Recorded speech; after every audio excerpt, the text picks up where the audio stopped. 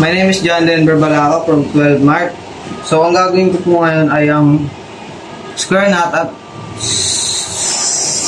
semi-cravat. So, una, kailangan meron ka munang triangular bandage.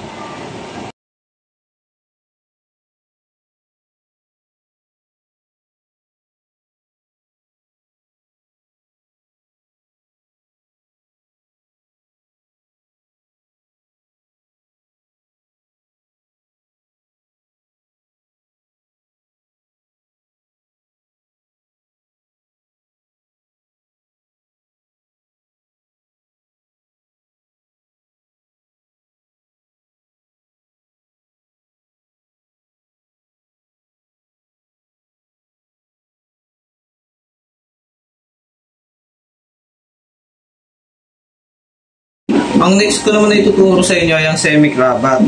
Una, kailangan mo hawakan yung apex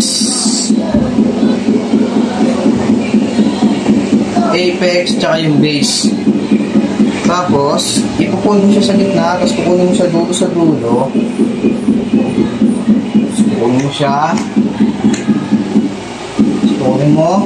Pagka nakuha mo na siya, ipapagpag mo. Tapos ganyan yung magiging itsura niya. Tapos ganun lang din ulit ang gagawin mo. Ipukunin mo siya sa gitna, tapos kukunin mo siya sa dulo.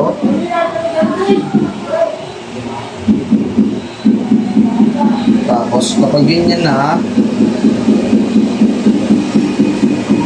papagpag mo lang siya ulit.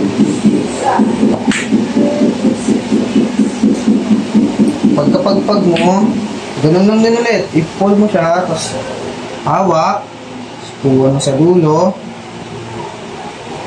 Kapag nakuha mo na yung nasa dulo, hawakan mo siya. So, ganyan yung magiging kalalabasan niya. Ganyan.